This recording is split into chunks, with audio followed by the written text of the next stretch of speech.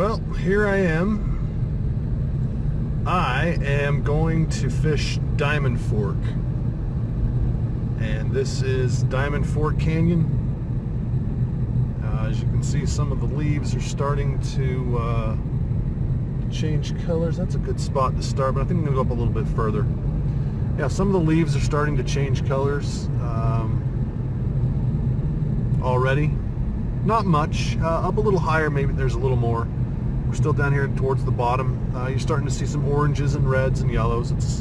It is fall after all, but this is a good time of year to fish Diamond Fork. Well, it's good year-round in my opinion, but in all honesty, right now it's right before the brown trout spawn, and so in preparation for the spawn, they tend to feed fairly aggressively. So this time of year, you can usually do fairly well fishing, just because they are feeding very aggressively and will take almost anything. So I'm just hoping that the weather hasn't been cold enough that it's actually triggered the spawn, because if they are spawning, then they almost don't, they won't really go after anything, because in my opinion, fish have two modes: feed and fuck. And unfortunately, when they're spawning, they are pretty much only interested in spawning. Just like I would say most humans probably don't have any interest in eating a sandwich when they're in the middle of getting it on. So it just goes to show that even in nature, there is a tendency to sort the priorities. So we'll leave it at that, and I will see you once I get to wherever I am going to be starting for today. So I'll see you in a few minutes.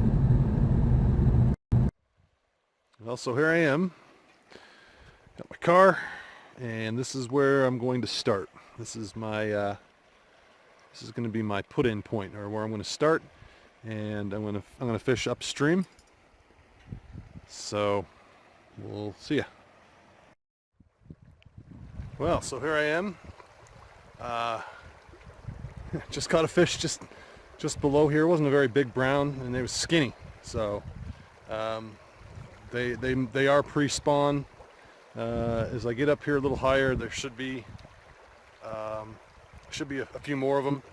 I'm still fairly near the road, so this area probably gets hit pretty hard. But as I get up a little bit further away from the road, the fishing should improve. So hopefully I'll have some pictures of the fish I'm expecting to catch. So there's flies too. So I'll see you there. That is a brown. It's a big fish too. Wow. It's a decent fish. Well, here I am. Kind of at the end of my day.